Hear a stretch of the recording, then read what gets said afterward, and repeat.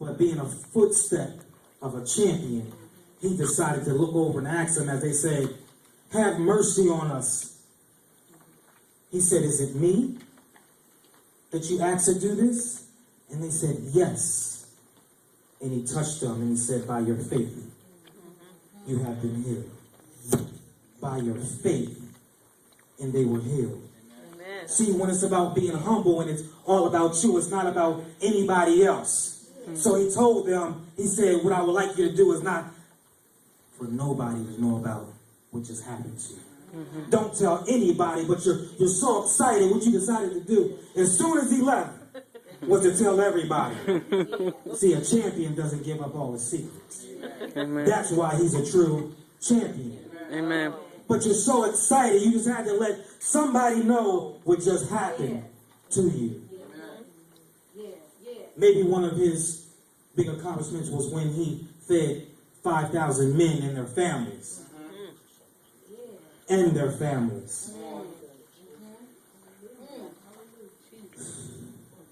It's something about when you move yourself out of the way, what God allows to happen to you. Mm-hmm. I think what happened the next day, right after the 5,000 feeding and the families, the next day that Jesus decided to go up to the mountain and pray all by himself. Sometimes when you're a champion, you got to get in the vein all by yourself. He had already told his disciples to go out on the water. And things began to get shaky and rocky. They didn't know what was going to happen. But Jesus got up the next morning when they started walking on water. When he started walking on water, he was coming closer and closer to them. And I believe it was Peter. I believe Peter said, is that Jesus?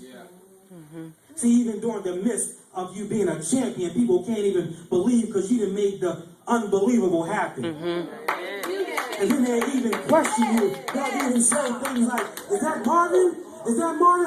Oh, Marvin's a pastor? Oh, you can't believe it? But he began to come closer. And he had the audacity to say, if it's really you, command me to walk on the water too.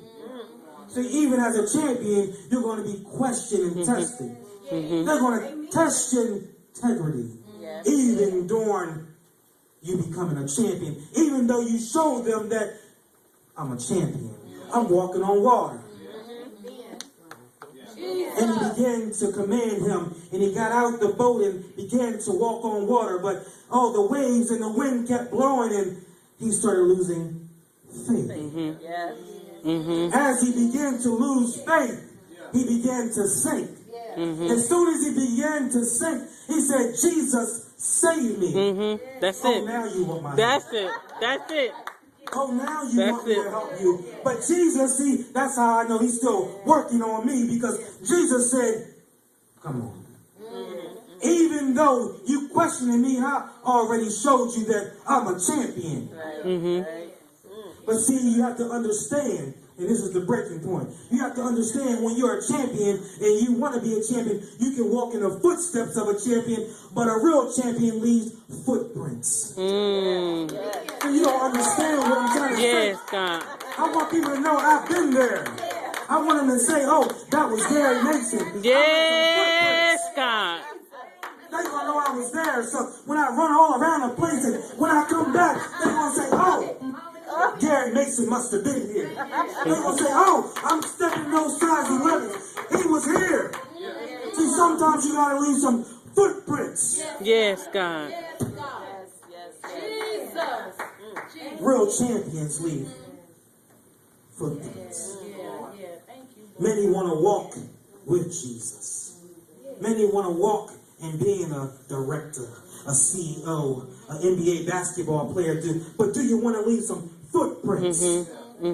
All the money you make, are you putting something back out into the community? Yeah. It doesn't matter if it's in your pocket. Your pockets are stacked. Your house is looking good. And everybody around you struggling. Yes, God. Bring it back home sometime.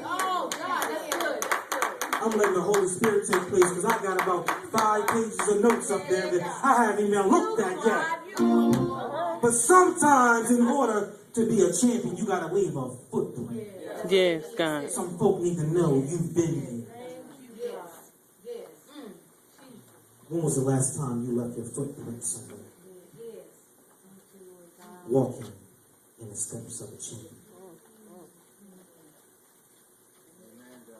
Paul said, I once thought all these things were valuable, but now I consider them worthless.